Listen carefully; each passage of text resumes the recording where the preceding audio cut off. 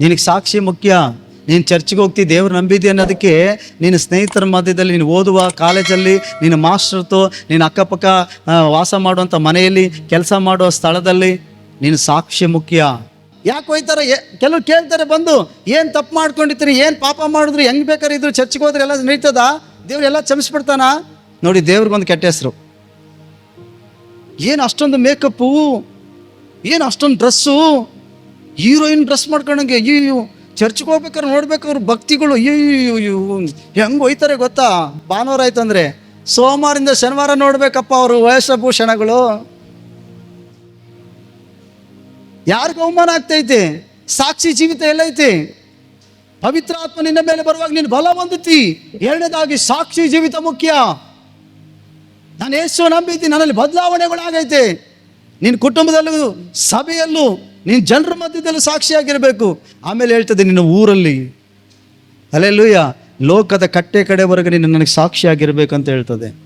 ಮನೆಯಲ್ಲೇ ಸಾಕ್ಷಿ ಇಲ್ಲ, ಸಭೆಯಲ್ಲೇ ಸಾಕ್ಷಿ ಇಲ್ಲ, ಗ್ರಾಮದವ್ರ ಮಧ್ಯದಲ್ಲೇ ಸಾಕ್ಷಿ ಇಲ್ಲ. ಚರ್ಚ್ಗೆ ಹೋಗ್ತಾರಂತೆ, ನೋಡಪ್ಪ ಇವರು ಜಗಳ, ಇದೇನು ಕೈ ಮಿಲಾಯಿಸಕ್ಕೆ ಬರ್ತಾರಲ್ಲ, ಚರ್ಚ್ಗೆ ಹೋಗೋದು ಇದಕ್ಕೇನಾ?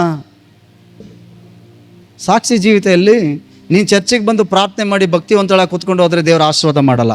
ನೀನು ಕಾಣಿಕೆ ಕೊಟ್ಬಿಟ್ಟಿರ್ತೀನಿ, ಏನೋ ಪ್ರೇಯರ್ ಮಾಡಿಸ್ಕೊಂಡು ಹೋದೆ ಅಂತೇಳಿ, ಅಂತ ಏನೋ ಒಂದು ಕೆಲಸ ಕಾರ್ಯಗಳು ಮಾಡಿದೆ ಅಂತಂದರೆ ದೇವರ ಆಶೀರ್ವಾದ ಬರಲ್ಲ. ನಿನಗೆ ಸಾಕ್ಷಿ ಜೀವಿತ ಭಾಳ ಮುಖ್ಯ. ನೀನು ಸಾಕ್ಷಿ ಜೀವಿತ ಇಲ್ಲ ಅಂತಂದರೆ ದೇವರು ನಿನ್ನ ಸ್ವೀಕರಿಸಲ್ಲ. ಅದಕ್ಕೆ ಹೇಳೋದು, ಪವಿತ್ರಾತ್ಮನಲ್ಲಿ ಬರುವಾಗ ನೀನು ಸಾಕ್ಷಿಯನ್ನು ಕಾಪಾಡಿಕೊಳ್ಬೇಕು. ಹಲ್ಲೆಲೂಯ. ಅದಕ್ಕೆ ದೇವರ ವಾಕ್ಯ ಹೇಳ್ತದೆ, ಪವಿತ್ರಾತ್ಮನ ಮೇಲೆ ಬರಲು ನೀವು ಬಲವನ್ನು ಹೊಂದುತ್ತೀರಿ. ಹಲ್ಲೆಲೂಯ. ಪವಿತ್ರಾತ್ಮನು ಬರುವಾಗ ನಮಗಾಗುವ ಪ್ರಯೋಜನ ಏನು? ಆತ್ಮಿಕವಾಗಿ ಬಲ ಹೊಂದುತ್ತದೆ ಸಭೆ, ಮತ್ತು ಸಾಕ್ಷಿಗರಿಸ್ತದೆ ಸಭೆ. ನಾವು ಸಭೆ ಆಗಿದ್ದೀವಿ, ನಾವು ಸಾಕ್ಷಿಯಾಗಿರ್ತೀವಿ. ಇಷ್ಟು ದಿನ ನಾವು ಭಯ ಪಡ್ತಿದ್ದೋ, ಅದೇನಂತಾರೋ ಲೋಕ, ಏನಂತ ಮರಣ ಕುರಿತು.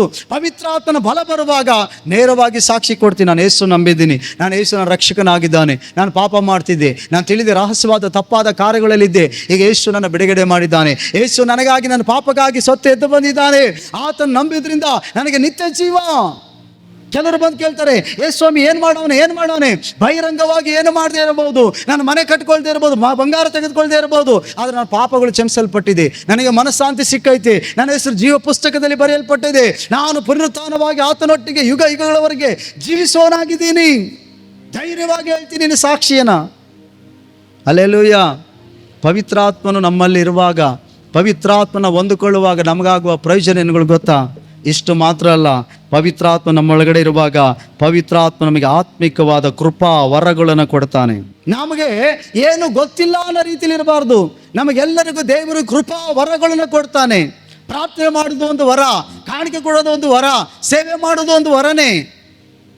ಪ್ರಾರ್ಥಿಸುವಾಗ ಯಾರೋ ಕಣ್ಣೀರು ಒರೆಸಲ್ಪಡ್ತು, ಸಂತೈಸ್ತು, ರೋಗ ಗುಣ ಆಯಿತು, ದೇವರು ಕೊಡೋ ಕೃಪಾವರಗಳು. ನಮ್ಮೆಲ್ಲರಿಗೂ ದೇವರು ಕೃಪಾವರಗಳನ್ನ ಕೊಡೋಕ್ಕೆ ಬಯಸ್ತಾ ಇದ್ದಾನೆ. ಪವಿತ್ರ ಆತ್ಮನ ಅಭಿಷೇಕ ಹೊಂದ್ಕೊಂಡು ಮಾತ್ರ ಅಲ್ಲ, ನಮ್ಮೆಲ್ಲರಿಗೂ ಆತನ ಪವಿತ್ರ ಆತ್ಮನ ವರಗಳನ್ನು ಕೊಡಲಿಕ್ಕೆ ಬಯಸ್ತಿದ್ದಾನೆ. ಅದನ್ನು ನಾವೆಲ್ಲರೂ ತಿಳಿದವರಾಗಿರಬೇಕು. ದೇವ್ರ ಭೇದ ಭಾವ ಇಲ್ಲ. ಸೇವೆ ಮಾಡೋರಿಗೋಸ್ಕರ ಮಾತ್ರ ಕೃಪಾವರಗಳು ಕೊಡೋದು ನಮಗಲ್ಲ ಅಂತ ತಿಳ್ಕೊಬೇಡಿ. ಸಭೆ ಎಲ್ಲರಿಗೂ ದೇವ್ರ ಕೃಪಾವರಗಳು ಕೊಡ್ತಾನೆ. ಹಲ್ಲೆಲೂಯ. ಅರ್ಥ ಆಯ್ತಾ? ಎಲ್ಲರಿಗೂ, ಸಭೆಯಲ್ಲಿರೋ ಎಲ್ಲರಿಗೂ ಕೃಪಾವರಗಳನ್ನು ಕೊಡ್ತಾನೆ. ಯಾಕೆ ಕೊಡ್ತಾನೆ? ಸಭೆಯ ಅಭಿವೃದ್ಧಿಗೋಸ್ಕರ, ಸೇವೆಗಾಗಿ. ನೀನು ಸೇವೆ ಮಾಡಬೇಕಂತ. ನೀನು ಅನೇಕರಿಗಾಗಿ ಪ್ರಾರ್ಥಿಸುವಾಗ ಬಿಡುಗಡೆ ಕೊಡ್ತಾನೆ. ನೀನು ಅನೇಕರಿಗಾಗಿ ಪ್ರಾರ್ಥಿಸುವಾಗ ರೋಗ ಗುಣಪಡಿಸ್ತಾನೆ. ಅನೇಕರಿಗಾಗಿ ದೇವ ಬಿಟ್ಟು ಹೋಗಲಿ ಅಂದರೆ ದೇವರು ನಿನ್ನ ಪ್ರಾರ್ಥನೆ ಕೇಳ್ತಾನೆ. ಕಾರಣ ಏನು ಗೊತ್ತಾ? ದೇವರು ತನ್ನ ಮಕ್ಕಳಿಗೆ ಕೃಪಾವರಗಳು ಕೊಡ್ತಾನೆ.